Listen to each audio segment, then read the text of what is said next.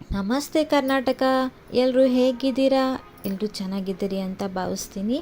ಇವತ್ತಿಂದು recipe ಬಂದುಬಿಟ್ಟು crispy bread custard dessert ಅಂತ ಹೇಳಿ, ಅದನ್ನು ಹೇಗೆ ಮಾಡೋದು ಅಂತ ಹೇಳಿ ನೋಡ್ಕೊಂಬರೋಣ ಬನ್ನಿ.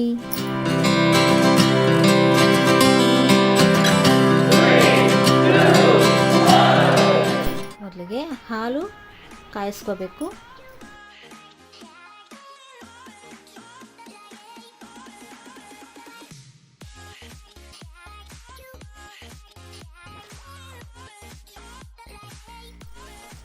ನಾನು ತೊಗೊಂಡಿರೋದು ಕಸ್ಟರ್ಡ್ ಪೌಡರ್ ಬಂದುಬಿಟ್ಟು ವೆನಿಲ್ಲಾ ಫ್ಲೇವರ್ಡ್ ಇದೆ. ಕಸ್ಟರ್ಡ್ ಪೌಡರ್ನ ಒಂದು ಬಟ್ಲಿಗೆ ಹಾಕೋಬೇಕು. ಅದನ್ನು ಡೈರೆಕ್ಟ್ ಹಾಕೋದ್ರಿಂದ ಗಂಟು ಕಟ್ಬಿಡುತ್ತೆ. ಹಾಗಾಗಿ ಒಂದು ಬಟ್ಲಲ್ಲಿ ಹಾಕ್ಕೊಂಡಿದ್ದೀನಿ. ಒಂದು 3 ಸ್ಪೂನಷ್ಟು ತೊಗೊಂಡಿದ್ದೀನಿ. ಅದಕ್ಕೆ ನೀರು ಹಾಕಿ ಗಂಟು ಇರದೆ ಚೆನ್ನಾಗಿ ಕಲಿಸ್ಕೋಬೇಕು.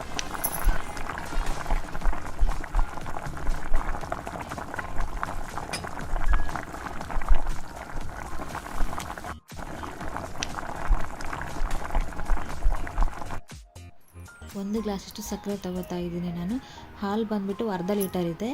ಅರ್ಧ ಲೀಟರ್ಗೆ 1 ಗ್ಲಾಸ್ ತೊಗೋತಾ ಇದ್ದೀನಿ. ಇನ್ನೂ ಸ್ವೀಟ್ ಜಾಸ್ತಿ ಇಷ್ಟಪಡೋರು ಇನ್ನೂ ಸ್ವಲ್ಪ ಹಾಕೋಬೋದು. ನಾನು ಎಷ್ಟು ಸಾಕು ನಮಗೆ. ಹಾಲು ಕುದಿ ಬರ್ತಾ ಇದೆ. ಇವಾಗ ಇದಕ್ಕೆ ಮಿಕ್ಸ್ ಮಾಡಿರುವಂತಹ ಕಸ್ಟರ್ಡ್ ಪೌಡರ್ನ ಹಾಕೋಣ. ಚೆನ್ನಾಗಿ ಕೈ ಆಡಿಸ್ತಾನೆ ಇರಬೇಕು ಅದು ಹಾಕೋವಾಗ, ಇಲ್ಲಾಂದರೆ ಗಂಟು ಕಟ್ಬಿಡುತ್ತೆ.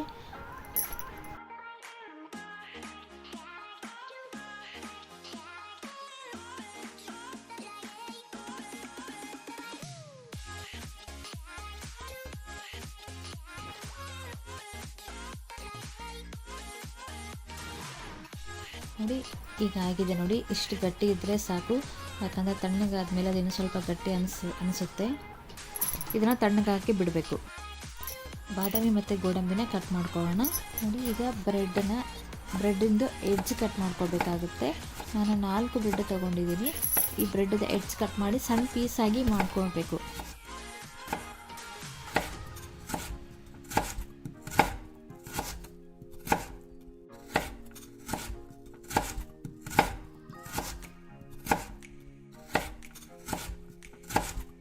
ನೋಡಿ ಈ ಥರ ನಾನು ಒಂದು ಬ್ರೆಡ್ಡಲ್ಲಿ 4 ಪೀಸ್ ಮಾಡ್ತಾ ಇದ್ದೀನಿ.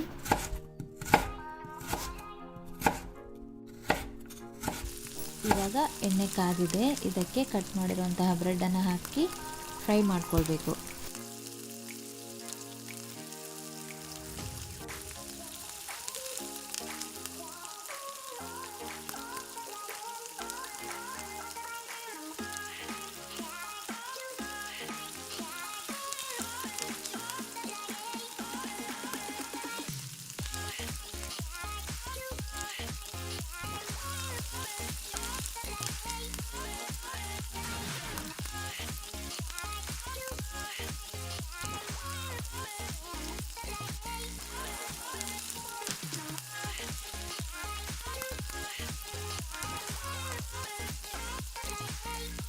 ನೋಡಬಹುದು, ಬ್ರೆಡ್ ಕಂದು ಬಣ್ಣ ಬರೋವರೆಗೂ ಹುರ್ಕೋಬೇಕು. ಇಷ್ಟು ಸಾಕಾಗುತ್ತೆ. ಇದನ್ನು ತೆಗಿಯೋಣ.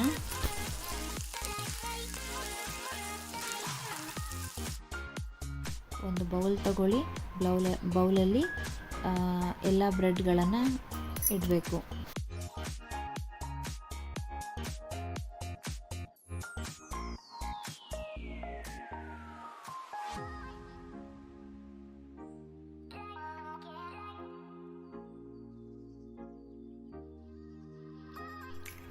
ನಂತರ ಕಸ್ಟರ್ಡ್ ಮಿಲ್ಕನ್ನು ಅದಕ್ಕೆ ಹಾಕೋಬೇಕು.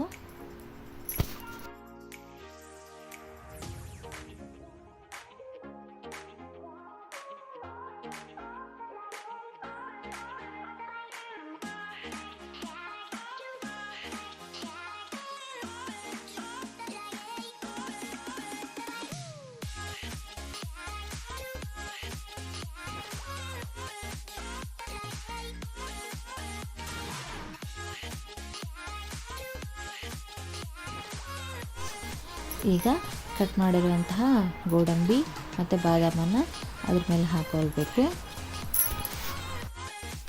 ಇದನ್ನು ಒಂದು ಅರ್ಧ ಗಂಟೆ ಬಿಟ್ಟು ತಿನ್ನಬೇಕು, ಇಲ್ಲಾಂದರೆ ಫ್ರಿಜ್ಜಲ್ಲಿಟ್ಟರೆ ತಣ್ಣಗಾಗುತ್ತೆ, ಅದು ಇನ್ನೂ ಚೆನ್ನಾಗಿರುತ್ತೆ ತಿನ್ನಲಿಕ್ಕೆ. ಈಗ crispy bread custard dessert ready ಆಯಿತು. ನೋಡಿ ಹೇಗಿದೆ ಅಂತ.